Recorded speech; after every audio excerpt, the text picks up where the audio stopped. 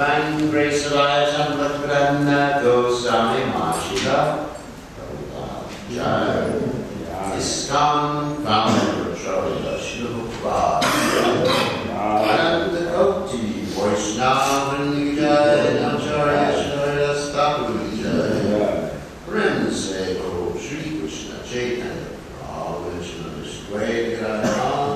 Shiva Bhakti Radha Krishna Gokula Sai Kunda Radha Kiri Gaurani Jai Vrindavan Jai Jai Anitam Jai Goswami Jai Ramani Jai Jai Vasudev Jai Bhagavad Jai Gaurani. All glories is all glories is all glories is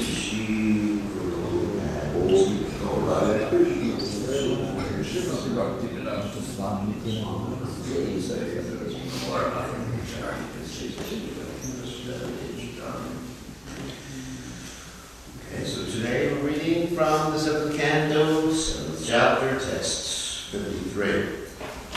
Om Namo Bhagavate Vasudevaya.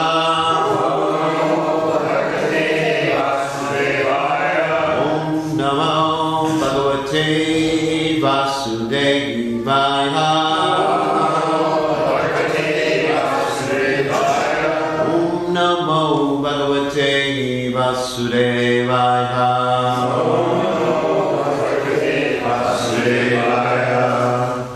Sataha Padam Bhagavati Bhaktim Kuruta Nanavaha Atmo Pamyena Sarvatra Sarva Bhutatmanishvare Tatohara Bhagavati Bhaktim Kurutadhanavaha Atmo Pamyena Sarvatra Sarvabhutatmanishvare. Bhaktim, devotional service. Kuruta, execute. Danavaha, oh my dear friends. O sons of demons. Atma opamyena, just as one's own self. Sarvatra, everywhere. Sarvabhuta Atmani, who is situated as the soul and supersoul of all living entities. Ishvara, under the Supreme Lord, the controller. Translation. My dear friends, O sons of the demons, in the same favorable way that one sees himself and takes care of himself, take to devotional service to satisfy the Supreme Personality of Godhead, who is present everywhere as the super soul of all living entities. So, purport by His Divine Grace, Srila Prabhupada Ki Jai, Haribol. The word Atma Pamyena refers to thinking others to be like oneself. One can very intelligently conclude that without devotional service, without becoming Krishna conscious, one cannot be happy. Therefore, the duty of all devotees is to preach Krishna consciousness everywhere, all over the world, because all living entities without Krishna consciousness are suffering the pangs of material existence. To preach Krishna consciousness is the best welfare activity. Indeed, it is described by Sri Chaitanya Mahaprabhu as para upakara, work for the true benefit of others. The activities of para upakara have been especially entrusted to those who have taken birth in India as human beings. Varta bhumate hoila manusha janma jar. Janma sartaka kari khara para upakar. Chaitanya Charitamrita Adi Leela, 9th chapter, text 41. The entire world is suffering for want of Krishna consciousness. Therefore, Sri Chaitanya Mahaprabhu advised all human beings born in India to make their lives perfect by Krishna consciousness and then preach the gospel of Krishna consciousness all over the world so that others may become happy by executing the principles of Krishna consciousness. Tato harao bhagavati bhaktim kurata dhanavaha atmopamyena sarvatra sarva bhuttat manishvare. So Om Gana Timadanda Shah Gadanjana Shlakaya Chakshur and Meditam Yeda Tasmai Shri Gurave Namaha. So in this particular verse, Prahlad Maharaj is preaching to his classmates. Of course, he had to wait until his teacher, Sandamarka, left the room because he was real tricky. Anyway, so he's preaching to his classmates who were all the sons of demons, and he was teaching them basically how to become happy and how to make others happy and how to have compassion for all living entities. So, of course, there's the study of compassion is very interesting. And actually, compassion means with feeling, like passion means feeling. Of course, it doesn't always mean passion in terms of the mode of passion, but in this particular case it means feeling. So compassion means with feeling for others. And in this regard, there's different words used. And two words we'd like to concentrate on today are sympathy and empathy. Because if we understand the meaning of these words, we can actually distinguish between true compassion and sentimental compassion. Of course, sentimental compassion also means that one does what they think is best for the person without considering the Vedic injunctions, without considering the instructions of the Supreme Personality of Godhead. That is sometimes and usually very harmful for the living entity when we have this sentimental compassion. And Prabhupada gives the example, of course, that there was once upon a time there was a young child with some sort of like liver disease. And their brother, this girl's brother, actually became very sentimentally compassionate, sentimentally sympathetic with the person. And the brother gave the person some fried food or sweets, which is very bad for the liver. So, in other words, without proper understanding, acts of compassion can actually be violent, can hurt the living entity, both materially and spiritually. So compassion has to be done and based on Shastras. That's the first point. But getting back to the other point which I wanted to make was the difference between the sympathy and empathy. With sympathy, if we're sympathetic, this is going by the strict definition in the dictionary, if we're sympathetic with someone, we're actually feeling more of our own emotions in regard to how that person or what that person is doing affects us. In other words, I feel real bad for you. You know.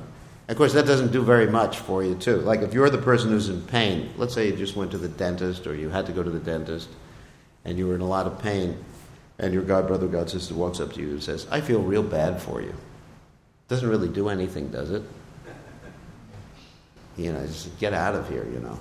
So that's a sympathy where one is actually just more in tune with their own feelings. That's not Krishna conscious compassion. That's material. Just like before I joined the movement, my mother used to do all these different welfare activities, helping people. And I said, why do you do these things? She said, because it makes me feel good. So that's sympathy. You know, you're doing something because it makes you feel good, or you feel guilty. That's another aspect of sympathy. Just like I was talking to one of my disciples who lives at Govardhan, and it's an interesting story. And he was telling me that there's some beggars, many beggars, of course, out there. And one beggar he was observing was shivering in the cold, because it's the month of January. Shivering in the cold. And he felt so bad for the person, and he watched the person for a while. Felt so bad. And he watched the person, and he saw that people were donating different things, like shawls and everything like that, to the person. The person was putting them away and then going out and shivering again.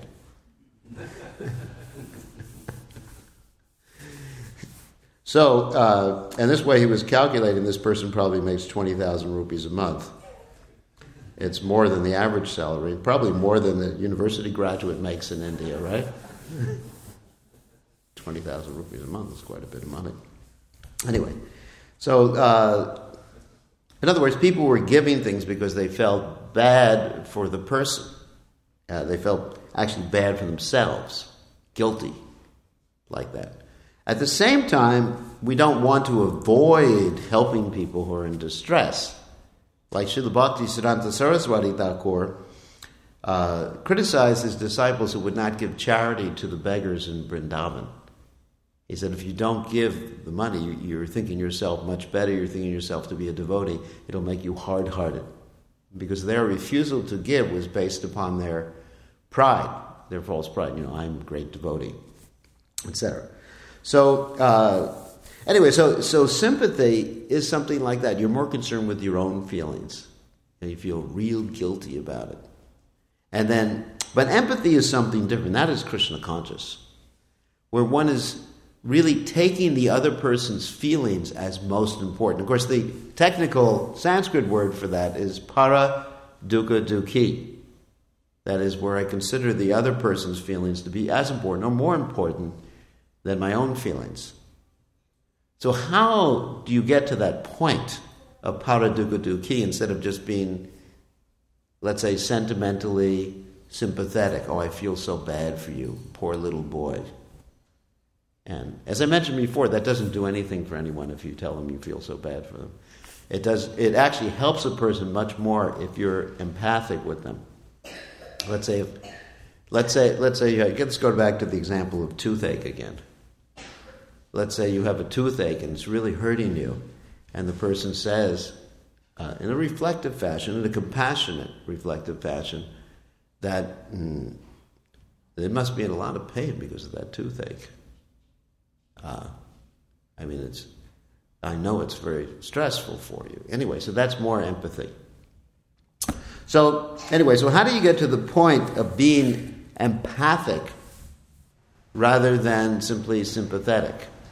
That requires deep Krishna consciousness, which we're going to describe the process, a little bit of the process of becoming empathic in a second. First of all, there's the yastu sarvani bhutani atmane vanupashati sarvabhuteshu chatmanam tato vigupshate principle, which is from the Upanishad, where one sees everyone as part and parcel of Krishna. This is Krishna's statement in the Upanishad, that one who sees everyone in relationship to me doesn't hate anyone or hate anything. So he sees that everyone is Krishna's part and parcel. Mami Vansa Jiva Loke, Jiva Bhuta Sanatana. So many verses like this, isn't it? That you'll find in the Vedic literature, Srimad Bhagavatam, Bhagavad Gita, etc. So if one sees everyone in relationship with Krishna, then one understands the relationship they have with you, which is family relationship. Just like a mother is naturally very empathic with the child. She feels the child's distresses to be her own, or actually even more intense than her own distresses. And of course, Prabhupada did say that the love a mother has for the child is perhaps the closest thing to pure love that we can find in this world, isn't it? Prabhupada did say that. So we can learn a little bit from observing how a mother loves a child. Because the mother loves the child, because the sambandha, the relationship there. So we don't love people because we don't experience the sambandha or relationship, or we hate people because we don't experience the sambandha or relationship. So how to develop that sambandha, the relationship, is to develop our relationship with Krishna. And then everyone becomes related to us. So that's the first step. Then, Lord Kapila Dev gives us further steps on how to become compassionate or empathic with others. And the first step he gives us is perhaps the most difficult step to take. His famous verse, Tatikshava Kurunika Surida Sarvadehina Majata Satrava Shanta Sadava Sadabhushana. First step, he says, you have to become what? Does anyone know what that word, Titikshava, means? No one knows. Tolerant. And actually that's Krishna's first lesson in the Bhagavad Gita, isn't it? Matra sparshas, see? Tukantiya, sitoshna sukha dukada, agama paino, tams the tikshasha bharata. One must learn to tolerate what? Heat and cold, pleasure and pain, happiness and distress, all these things. So before you can even think of compassion, empathy, caring for others, you have to become tolerant. Because if you're not tolerant, what's going to happen? You're going to hate some people, and you're going to love other people. This is politics. The same politics that Prahlad Maharaj's wonderful teachers, Sanda and Amarka, were attempting to teach him. Isn't it? Friend and enemies. Everybody's heard of this? That was also mentioned in this part of the Srimad Bhagavatam. Prahlad Maharaj's teachers were attempting to teach him politics. Just like you see right now, there's a political race going on between different candidates for President of the United States. And naturally, they're calling each other names and finding fault with each other. Isn't it? It's very interesting. Of course, I won't tell you who I'm going to vote for, but anyway. Maybe I should. I like Obama best. Anyway, I'm not telling you all who to vote for. But anyway, so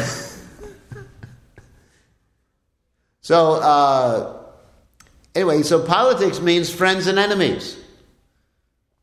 And this was the teaching of Sanda and Amarka, and they were actually teaching how to deal with friends and enemies, And Prahlad Maharaj rejected it. What did they teach? If you have an enemy, the first thing you do is, sweet words, isn't it? Oh, my dear enemy, you're so nice. Sweet words. And what's the next thing? No one knows the next thing. Yeah, you give a bribe. We don't want to say gifts. It's a bribe. My dear enemy, here, take 50,000 rupees and go away. Just like one time I was going into India, and I had with me a devotee from South America, and that time they were checking someone's injections, vaccinations, and the man said, "No, you can't come into India. You have to go 14 days into quarantine because you haven't had your proper injection." Not to me, but to the other gentleman I was with. And he said, and you have to go to the hospital. Each day in the hospital is going to cost you 100 rupees. So I said to the man, what if I pay the 100 rupees times 14 days right now to you? Then he doesn't have to go to the hospital, right? And the man said, yes, that's good. Quick quarantine. It worked like a charm, The guy was out of quarantine in 5 seconds, So that's called a bribe, money. Sweet words, bribe. Then another thing is high position. Oh, would you like to become vice president? Or something like that. I remember also another story from South America. I've been years in South America preaching in the early days of the movement, and then but everybody liked to have position there, and they were all doing politics, so you had to give people, oh, you're in charge of making sure the bathroom is clean. You're the president of the bathroom.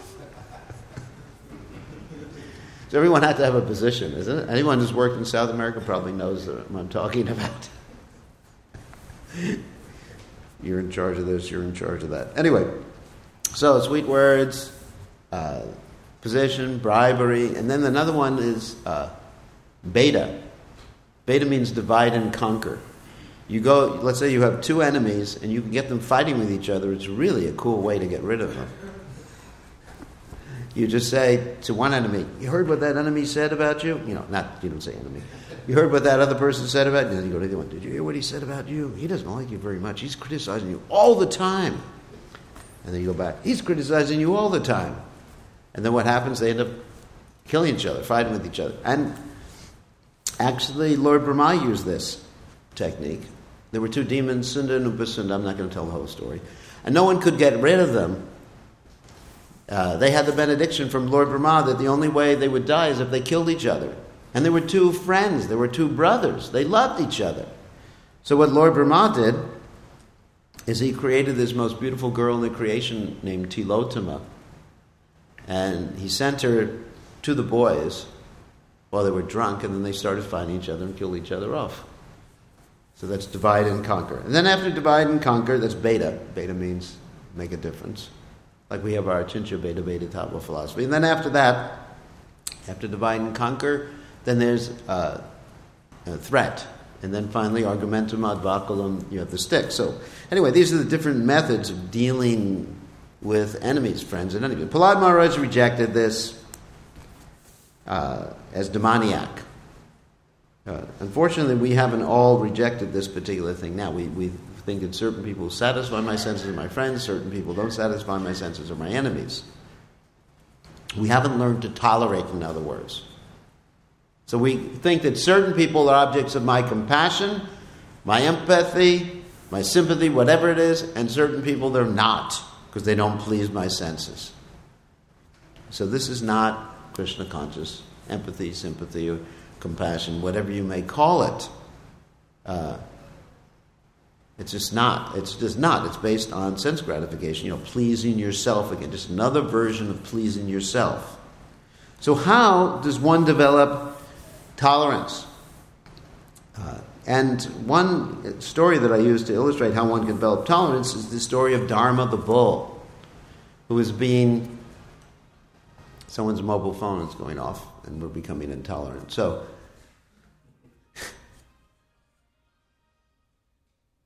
anyway, some nice music in class. So, there's like Dharma the bull, was being attacked by, anyone who was attacking him? Kali. And he was beating him, and he was standing on one leg and urinating. And then along came Maharaj Parikshit, and Maharaj Parikshit said, Who did this to you? Who was responsible? And what did Dharma the Bull say? Does anyone know? Did he say, he did it, get him, kill him, wipe him out, Parikshit Maharaj, Jai, Hoodie Bull, let me see him suffer. Did he say that? No, what did he say? He said it's very difficult to ascertain. In other words, he saw the Lord behind these different circumstances. Of course, that's also brought out in a nice verse spoken by Lord Brahma, Tatenam Kampam, Sushamikshamana Bunjanavatma Kratam Vipakam Ridbag Babur Vidadam Namaste Jiveta Yo Mukti Pade Siddhayabhak. It's a famous verse that teaches us how to become tolerant, isn't it? That one should tolerate everything that happens to one. And of course, sometimes it's easier to tolerate bad things than good things. Good things bewilder us sometimes more than bad things. But you see them as resultant reactions of your past activities. And you tolerate them, seeing it as Krishna. It is not karma. It's a token reaction directly administered by Krishna if you're a devotee. If you're not a devotee, then it's a reaction directly administered by Yamaraj. You got your choice. So it's Krishna, and Krishna's doing it for a specific purpose, to teach you a specific thing. Right? In the path of spiritual advancement. It's Krishna. One sees Krishna in everything, Krishna everywhere. Krishna says this in the Gita, one who sees me in everything and everywhere is never lost to me, nor am I ever lost to him. So if one sees like that, then one understands it's for my own good this thing is happening, and Krishna's arrangement is there. And all of us, I think, in the progress or our spiritual lives or our experiences in Krishna consciousness have had things happen to us, and we can't figure out why Krishna is doing it. Anyone ever have that experience? Why is Krishna doing it? And then 30 years later, he said, that's why he did it. What's it called? Monday morning quarterbacking or something like that? Or something like that, There's other words for it. Hey, it was good he did that 30 years ago. He made me nice and miserable, but it helped me become detached and chant better and come to the platform that I'm at right now, help me, become a sannyasi or whatever. So, but it's Krishna. It's not Dharma the Bull says anyone who blames the immediate perpetrator or who appears to be the cause, because just as culpable as the person who's causing the difficulty. In other words, if Dharma the Bull had said to Parikshit Maharaj, Kali is the fault. Kali is at fault. He's actually causing my pain. He would have been just as culpable as Kali. That's an interesting statement that's there in the Srimad Bhagavatam. Why is that? Because one is taking an atheistic viewpoint. As we know, and Prabhupada would quote this, and many people, even outside of Krishna consciousness, would quote this particular statement, not a blade of grass moves without the will of the Supreme Personality of Godhead. So it's Krishna. It's Krishna doing that. So this can teach us, if we think like that, this can help us develop tolerance, which is the first prerequisite for compassion. Of course, even before that is to see Krishna, is to understand everyone is part and parcel of Krishna. But titikshava comes before karunika. And it's interesting, this karunika that a devotee has, this compassion, this mercy that a devotee has, is an ocean of mercy. An ocean means unlimited. Just like we were chanting every morning. What is it? Kripa Sindhu Yevacha. It's interesting, sometimes devotees translate that as full of compassion. But the real translation, the better translation would be unlimited compassion. Because an ocean is unlimited, isn't it? Think about it. Kripa Sindhu. It's not simply full of compassion for the fallen conditioned souls. It's unlimited compassion for the fallen conditioned souls. So anyway, so Titikshava, and then after that, Lord Kapila Dev says, Karunika, then one can be merciful. Titikshava, Karunika, Suridam, Sarvadehinam. Now one is merciful to all living entities without discrimination, Ajata Shatrava, and therefore he doesn't consider anyone to be his enemy, or a strict translation is, his enemy is never born. Ajata Shatrava, Shanta, he's peaceful. Sadhava Sadhavusana. These are the qualities. This is the quality of a great devotee. And we see these qualities illustrated, demonstrated, manifested in all the great devotees. Like we see with His Divine Grace, Srila Prabhupada, the founder Acharya of the Krishna Consciousness Movement, our spiritual master. One of the main reasons he was able to be so successful is that he was so tolerant. I mean, who can imagine the tolerance he had coming from Vrindavan, being absorbed in Krishna's pastimes, and having to live, I mean, even in the boat coming over, Prabhupada having the heart attacks, and continuing with his mission, and having to live with the likes of us. You know, Prabhupada was living with people who had dog food in their refrigerator. Isn't it? I mean, you may think, oh, but well, dog food's all right, you know.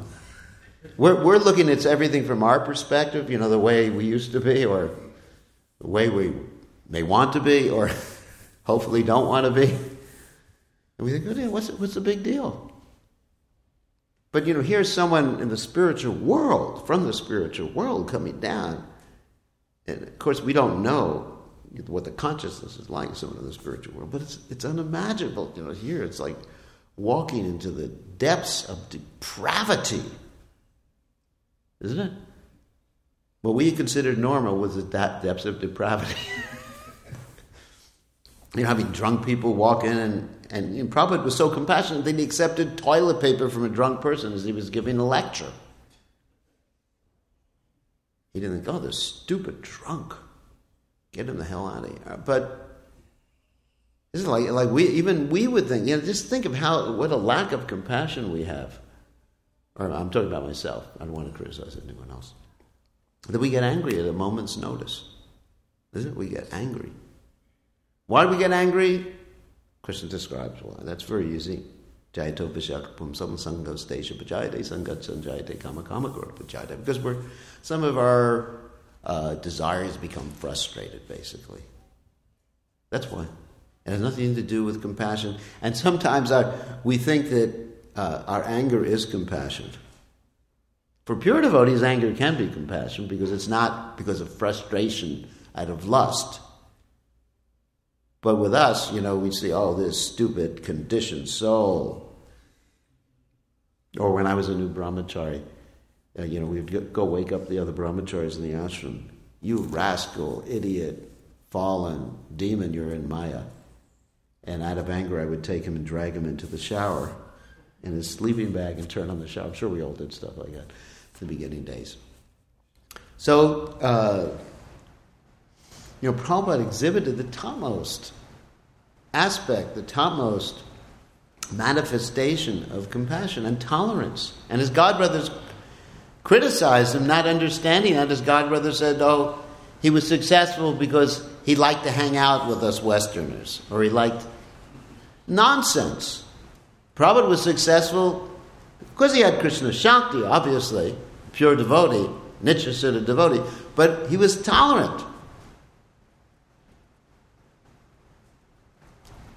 And the reason many of Prabhupada's godbrothers were not successful is they were just not tolerant.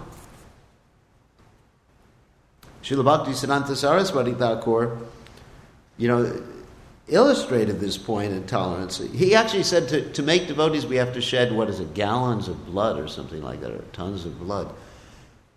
And he even said, you know, when people are coming, of course, this was just showing his tolerance, not that we should follow this exactly, but he said, if they want meat, feed them meat, but give them Krishna consciousness. Not that we should do that. But the mood was, whatever's necessary, you bring them to Krishna consciousness. And you tolerate. You tolerate. And for Prabhupada, it was like tolerating a bunch of monkeys at the zoo. And that's why he was successful. And of course, there's so many other examples of tolerance. I don't think we have time to talk about them, but Prahlad Maharaj is the perfect example of tolerance. And we're reading about him this morning. Prahlad Maharaj never said to Lord Nrsingadev, or prayed to the Lord while he was being tortured, smash my father, teach him a lesson.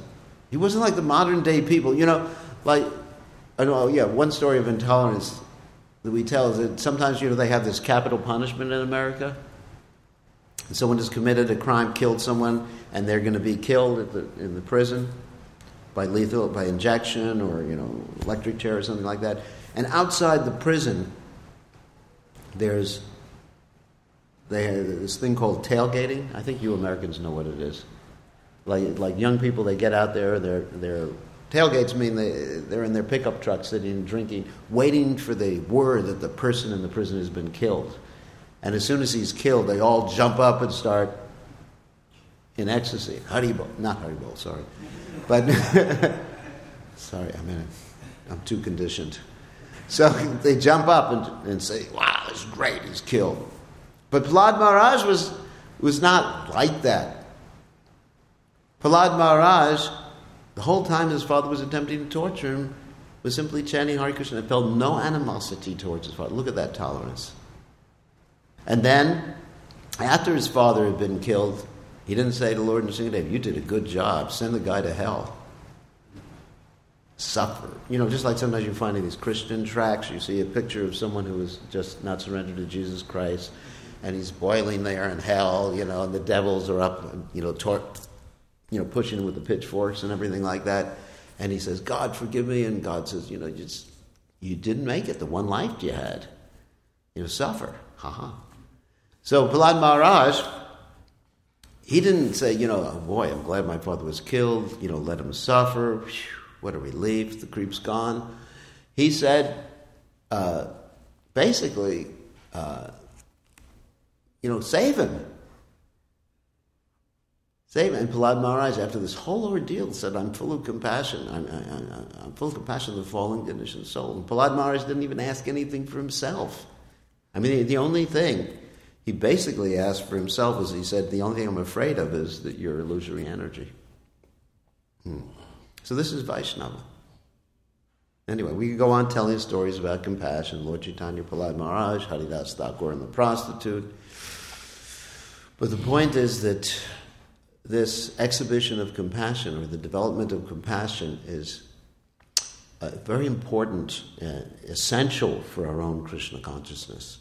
You cannot separate Krishna consciousness from compassion for others, especially in this day and age where Krishna Nam Sankirtan, the preaching of Krishna consciousness, is the methodology for becoming Krishna conscious. So somehow or other, we have to take this upon ourselves to become tolerant, to become compassionate, become empathic with others, to control our anger.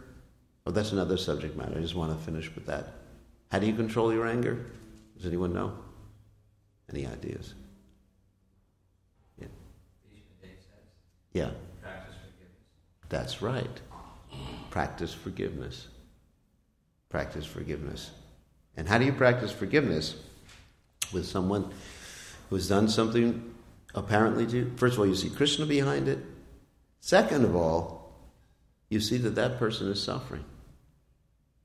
Because if someone out of anger does something to you, or for some other motive does something to you, they're the ones who are suffering. And if you continue to be angry with them, what do they say? When you bite your own lip, are you hurting him? You're hurting yourself. So in other words, anger just hurts you. It doesn't hurt the other person. So empathy. You see the other person is suffering. You feel compassionate for the other person's suffering. You even put yourself, maybe not so much in the other person's shoes, but understand where they're coming from. And forgiveness. Forgiveness is a wonderful quality. Prabhupada said forgiveness is the quality of a Vaishnava and a Brahmana. There's many, many quotes from Prabhupada about forgiveness, how forgiveness is essential in Krishna consciousness. So anyway, if we develop this quality, then it'll be very easy to be Krishna conscious. It won't be a very difficult thing. Whereas, if we see friends and enemies, as Prahlad Maharaj's teachers wanted him to see, then our Krishna consciousness will be very far away from us. So any questions, comments, arguments, problems, issues, difficulty with anything I said? Maharaj? Comment or question? Okay. In that section of the Bhagavatam with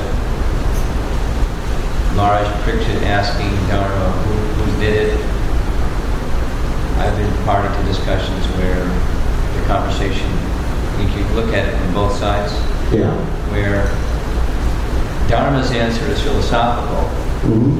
In regular conversation, we may not forget the philosophy, but give a direct answer. And if we give a direct answer while remembering that Krishna is behind it, it doesn't make us equally culpable as the person as the perpetrator. Like, let's say, a child abuse situation. And someone says, what happened? Who can say? That's actually a very good point. That we actually have to function on two levels simultaneously. And I'll give you another example of that functioning on two levels simultaneously. Like Prabhupada, one time a devotee wrote a letter to Prabhupada and he called himself a devotee. And Prabhupada said a devotee never calls himself a devotee. So let's say you're out in the street preaching and someone says, "Are you a devotee?" You say, "No, I'm not a devotee. I'm a fallen rascal." Then how can you preach to the person or help the person? So there's a common way of understanding the word devotee, and then there's an internal way. So that's a very good point.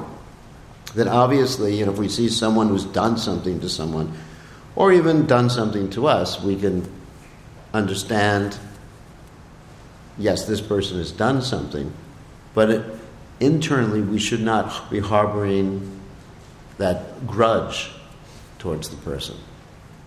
That's the point. We can say, for practical purposes, this person ran me over with his car.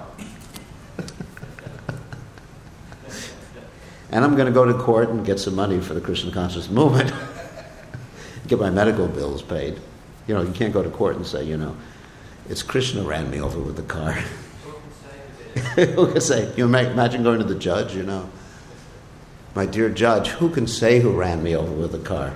Some say it's this, some say it's that.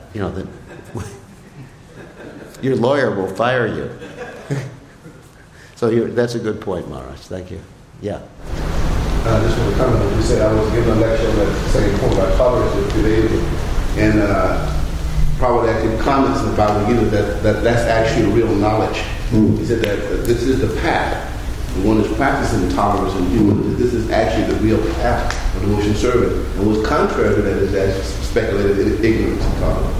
And this is actually the real path of devotion service. That's right. And he quoted Prahlad Maharaj just like he was doing. He used Prahlad Maharaj. That's a great quote. Yeah, this is the actual path of devotional service, tolerance. Tatikshava Karunika. That comes first. As we mentioned before, that's Bhagavad Gita. First thing Krishna tells Arjuna is, Tam Satikshasha Bharata. Yeah. Yes, Maharaj. Are there some things that we should not tolerate?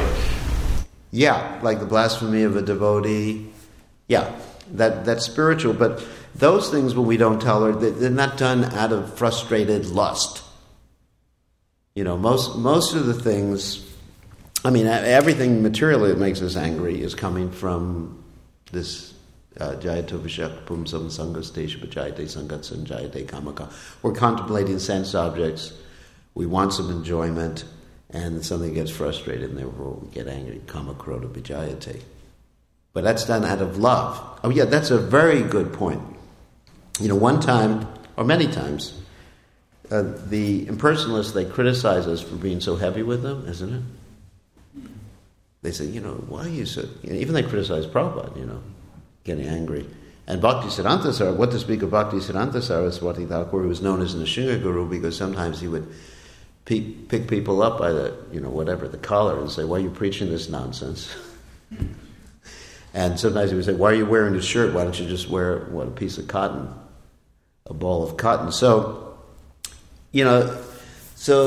why should we get angry with impersonalism or, people blaspheme devotees? Because there's love there.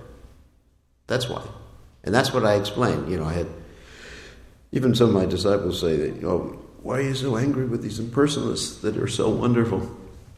And the impersonalists, what are they saying? God has no senses, he has no arms, no legs. He's whatever they say about him. I'm God, you're God, we're all God. Why do we get angry? Because we love Krishna. Like if you're a mother, and someone comes up and says to you about your child, what an ugly child you have. Woo! Get ready to have your eyes scratched out at that point. Isn't it? That's it, that's fighting words. And at the same time, if you want to win the mother over, you say, what a gorgeous child they have, even if the child is ugly as sin. That's what politicians do, they kiss babies. So, the point is, if there's love, then that's all right. The anger can come from love, real love. So if you love Krishna, someone says something nasty, like Krishna comes from the Brahman. Ooh, yeah. It makes you angry. Of course, it has to be expressed appropriately. And philosophically, you don't want to be just tackling everybody at the university who gives some impersonal philosophy. But that's love. That's not frustration, that's love. Like a mother with a child, that's love. And that's how I explain it. The devotees would say, why are you getting so angry, Maharaj? I said, I'm sorry, I apologize. I love Krishna, I can't help it. It's an emotional thing. Don't blame me for my emotions. Everybody understands emotions. So any other questions or comments or arguments? No arguments. Anyway, compassion, love for all living entities, this is the hallmark of Krishna consciousness. Yeah. Some would challenge that if you say you're compassionate, you're giving a high value to compassion. And yet, there's nothing in your books about like racial inequality or inequality of incomes, or you don't see you doing humanitarian welfare works in third world countries and so forth. Well, there's a lot about racial equality. Basically, we're all equal. Not only racial equality, not only humanism, but, doing away with speciesism, we're actually equal, all living entities. Yastu sarvani bhutani atma naivana pashyati. So, we have real equality, not just speciesism. So as far as doing welfare work, Prabhupada said this is the best welfare work because we understand where or why people are in distress. It's because of karma. The karmic reactions. We're trying to mitigate that by giving them Krishna consciousness. Otherwise, what you're doing, trying to help people, you're just like, it's hopeless because they have to suffer their karma anyway. It's just hopeless. And you see, all these different attempts, United Nations and different material attempts that have been done by people throughout the ages, it's just like trying to empty the ocean using a little cup of water. It just doesn't work. We're actually interested in mitigating the sufferings of humankind. But we have to see where the sufferings are coming from first. I mean, just like we can see how Krishna consciousness gives us perfect solution for all the problems. Just like you have this global warming thing that everybody's very worried about, right?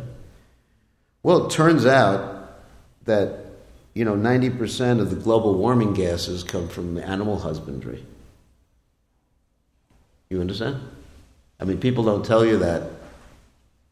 In the university, animal husbandry means taking care of animals and all the things that go along with the cutting down the rainforest and everything like that. So Krishna consciousness, one becomes compassionate to all living entities. Global warming would more or less come to a halt if people were Krishna conscious. So we can solve all these problems just with Krishna consciousness. Does that make sense? Whether it's global warming, whether it's violence in different countries between different political factions, different racial factions, different religions, etc., etc., etc. All can be solved. Otherwise, there is no solution. Any other questions or comments? I think it's time for prasadam. That's real compassion. And then some of us have a meeting today. I don't know if that's compassion, but anyway, we have some meetings. That's the tolerance part. I'm sorry. Today I will learn some more lessons in tolerance.